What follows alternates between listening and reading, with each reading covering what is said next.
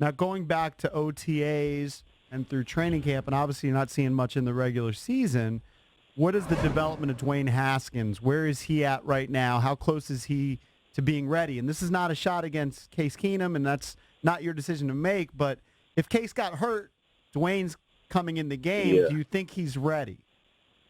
I'm going to say I hope he's ready. I actually was talking to somebody yesterday, like yesterday morning or whatever, and they said that they told him, like, hey, you got to realize it's one play away, and then it's time for you to go out there and do your thing. But I just know for me, from what I saw with him at OTAs, through training camp, through the preseason games, he's grown and matured a lot. But, when we get into regular season, I don't get to, he doesn't get to get a lot of those team reps and stuff. He's more of the scout team quarterback or whatever, because Case is our guy, so we've been strictly working with Case. So I'm going to sit back and say that I truly believe that he's getting himself ready every single week. I know he's standing in that huddle whenever Case is calling the plays for us and in the offense, so he can hear the play calls, and I guess for him mentally to just go through the reads and stuff. So if he's ready, if his number is called, I believe he's going to be ready. Can you give us – I was encouraged to see Jordan on the sideline. Yeah. He didn't have any sunglasses, not like they're telling him to stay in a dark room or anything like that. He's right there out there with his guys. I know he's dying to be out there. Can you just give us a little insight, maybe to some of your conversations and what he's thinking? I talked to him. He's just he's anxious to get out there, and I think they were going to be on the safe side with him and give him a few weeks and just kind of see how he feels on a day-to-day or weekly basis. And I kind of read the headline or the story that Schefter or somebody put out about his career, thinking about being done and stuff like that. And it's a tough situation. I know how Jay Reed is. I've been with him. We got drafted together, and I played against him in college, so I know how he is about football. I know how he feels, and he really wants to be out there. But I told him yesterday, I was like, man, you gotta go out there and be smart. You gotta take care of yourself. That it's bigger than this. It's bigger than just this game. And I know he's super competitive, and he wants to be out there. And I just want him to, if he starts to feel really good again and he's ready and willing to go out there, then I'm all for it. But if he has any doubt, and then I don't want to see him out there. I'm not that type of player. I want him to have a healthy life. He has kids and a family and stuff. I want him to be able to live his life and enjoy it to the fullest with those kids, and not have to deal with any, side effects or whatever, mental issues from having these concussions. Do you get the feeling that he's seriously contemplating retirement, or is that other people sort of putting that in his head? From when I talked to him yesterday, I don't feel that he's contemplating it, but at the same time, I don't know. That's just one short conversation we were able to have yesterday. I haven't sat down and talked to him, on a long-term basis, so I really can't tell you now, honestly.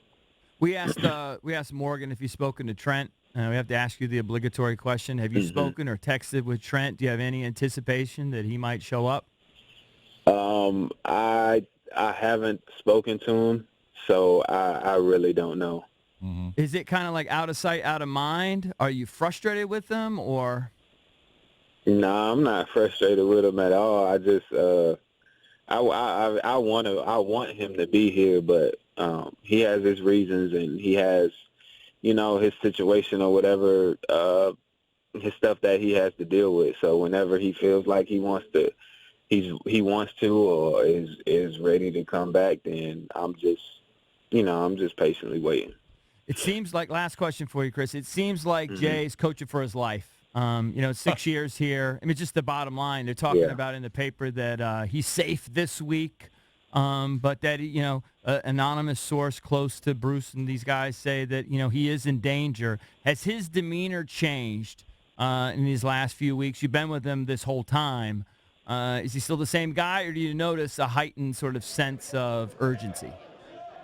No, I think for the most part he's still he's still the same guy. Of course, he understands the situation. We all as players understand the situation. So, from day one when we got back here, he's been a little more intense, which I love it, to be honest with you. And but other than that, what he coaches and what he believes in, we stand by it. And, at the end of the day, man, it's